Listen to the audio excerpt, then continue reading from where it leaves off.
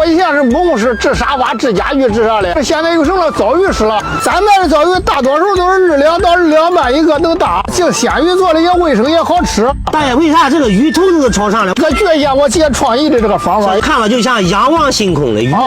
我最大的愿望叫小孩子能成大才，能给国家给人民都办好事。一提孩子也有我的心酸。一提孩子，那你哭啥了？你现在不是挺好吗？卖了枣鱼，那你有啥不开心的？他不愿学着，他是山东艺术院毕业的。艺术学院是学啥？学了美术嘞。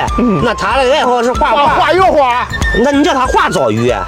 画枣鱼，反正要当美术老师是蛮合格。他上这么多年大学，你叫他卖枣鱼，他肯定他不愿意卖，觉得丢人。主要他觉得一上那年的学花的这钱上都白费了，不得给国家出力流汗。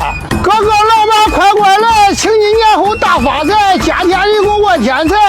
我的枣鱼还好吃又好看，吃我的枣鱼不是老板就是高干。枣鱼来了，五香枣鱼，请大伙来品尝吧。最鲜最美的